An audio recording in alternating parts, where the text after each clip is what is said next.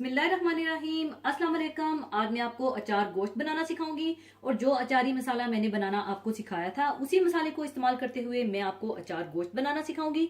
तो इसको बनाने के लिए मैं ले रही हूँ मटन 1 किलो। मटन की जगह आप हड्डी वाला या बोनलेस चिकन या बीफ का भी इस्तेमाल कर सकते हैं, ये आपकी पसंद है। सेम इसी रेसिपी से आप चाहे चिकन, बीफ या मटन से बनाइए। इसके अलावा 2 अदद प्याज बारीक आमलेट स्टाइल में काट लीजिएगा और 10 अदद हरी मिर्चें। हरी मिर्चों को डंडियों के साथ ही इस्तेमाल कीजिएगा और मिर्चों के दरमियान से कट लगा लीजिएगा। और 5 अदद टमाटर ब्लेंड करके छान लीजिएगा ताकि बीज और छिलके वगैरह निकल जाए और बिल्कुल स्मूथ सी प्यूरी बन जाए। और 2 कप दही ले लीजिएगा और 3/4 कप तेल, 1 टीस्पून सुर्ख मिर्च पाउडर, नमक हस्बे जरूरत और 4 टेबलस्पून अचारी मसाला जो कि बनाना मैं आपको सिखा चुकी हूँ, जिसमें से 2 टेबलस्पून मैं मिर्चों में स्टफ करूंगी और बाकी 2 टेबलस्पून मटन में शामिल करूंगी। और फ्रेश लीमू का जूस 2 टेबलस्पून, जीरा पाउडर 1/2 टीस्पून, धनिया पाउडर 1/2 टीस्पून और गरम मसाला पाउडर 1 टीस्पून और पिसा हुआ अदरक लहसुन 2 टेबलस्पून भरकर ले लीजिएगा। तो सबसे पहले आप तेल गरम कर लें और इसमें प्याज डालकर हल्के गोल्डन ब्राउन कर लीजिए।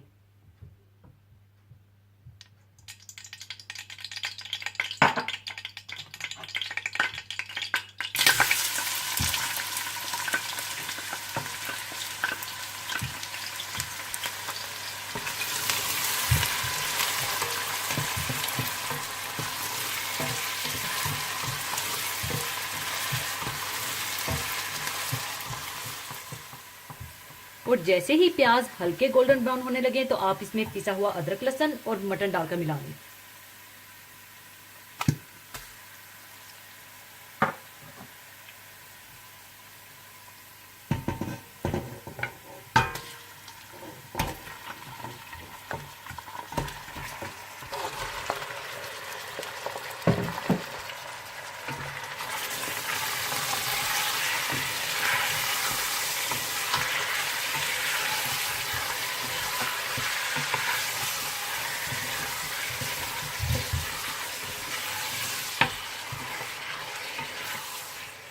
और साथ ही आप इसमें 2 टेबलस्पून अचारी मसाला डाल दें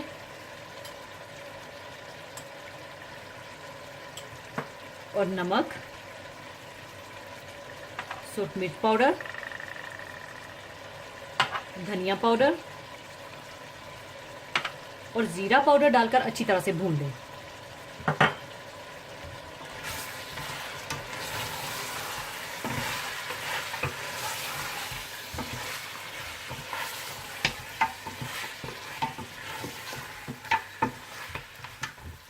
और जब मटन अच्छा सा फ्राई हो जाए तो आप इसमें दही डालकर भून लीजिएगा।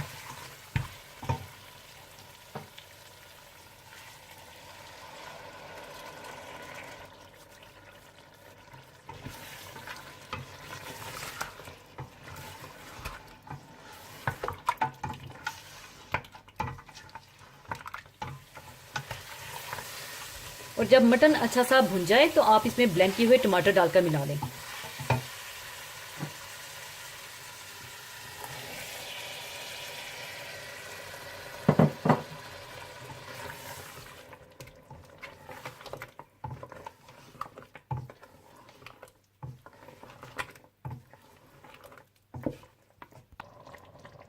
और अब आप इसे बिल्कुल हल्की आंच पर उस वक्त तक पकाएं जब तक कि गोश्त अच्छा सा गल जाए। और अगर आप जरूरत महसूस करें तो आप इसमें पानी भी शामिल कर सकते हैं। इसी दौरान आप 2 टेबलस्पून अचारी मसाले में 2 टेबलस्पून लेमन जूस मिलाकर मिर्चों में स्टफ करके रख लीजिएगा। तो पहले आप अचारी मसाला और लेमन जूस मिलाकर रख लें।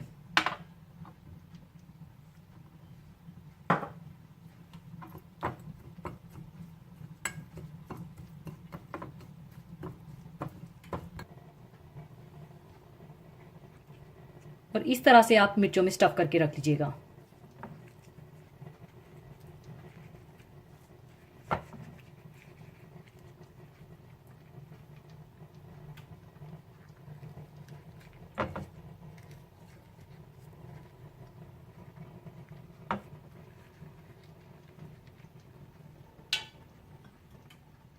और और जब गोश्त अच्छा सा गल जाए तो जितनी आप ग्रेवी रखना चाहते हैं या खुश्क करना चाहते हैं कर लीजिएगा, लेकिन मैं इसे ज्यादा खुश्क नहीं करूंगी, थोड़ी ग्रेवी ही रखूंगी ताकि जब हम इसे रोटी या नान के साथ खाएं तो इसमें ड्राइनेस फील ना हो। और इसके बाद आप इसमें स्टफ की हुई मिर्चें और गरम मसाला डालकर 5 से 6 मिनट के लिए हल्की आंच पर दम लगा दें ताकि मिर्चें दम में ही पक जाए।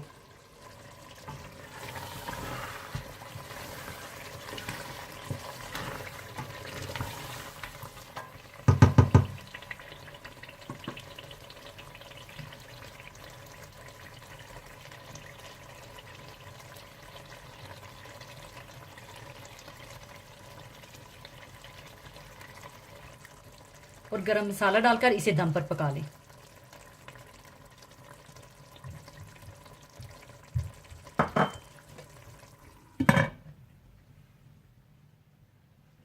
हल्की आंच पर पकाने के बाद अचार गोश्त तैयार है और अब इसे मैं सर्विंग डिश में निकाल लूंगी।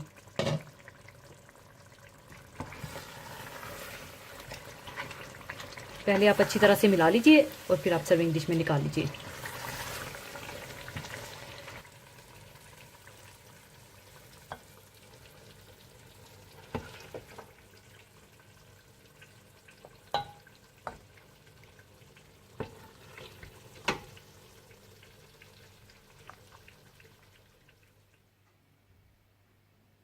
लीजिए, अचार गोश्त तैयार है। इसे आप गर्मा गर्म नान या रोटी के साथ सर्व कीजिएगा और जरूर बनाइएगा और मुझे दुआओं में याद रखिएगा। और जाने से पहले एक हदीसे पाक शेयर करना चाहूंगी। हदीसे पाक इस तरह से है।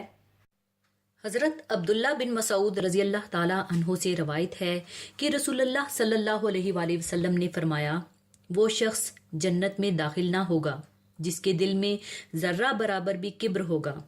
एक शख्स ने अर्ज किया कि आदमी पसंद करता है उसका कपड़ा अच्छा हो और उसका जूता अच्छा हो। आप सल्लल्लाहु अलैहि वसल्लम ने फरमाया, अल्लाह जमील है, जमाल को पसंद करता है। किब्र तो हक के मुकाबले में इतराने और लोगों को हकीर समझने का नाम है। इस हदीस से ये बात मालूम होती है कि जायज़ हद के अंदर लिबास में, रहाइश में, ज़ेबाइश में खूबसूरती और नफासत इख्तियार करना और अपने जी को खुश करना दीन के खिलाफ नहीं है। अलबत्ता अगर ये सब कुछ लोगों के सामने बड़ा बनने के लिए और दूसरों को हकीर जानते हुए किया जाए तो ये किब्र और गरूर है और इसका नतीजा अच्छा नहीं। किसी ने खूब कहा है, आराइश भी जायज़, आसाइश भी जायज़, ज़ेबाइश भी जायज़, नुमाइश नाजायज़। अल्लाह हम सबको महफूज रखे, आमीन। इसी के साथ मैं आपसे इजाज़त चाहूँगी। अपना बहुत ख्याल रखिएगा, दुआओं में याद रखिएगा। अल्लाह हाफिज़।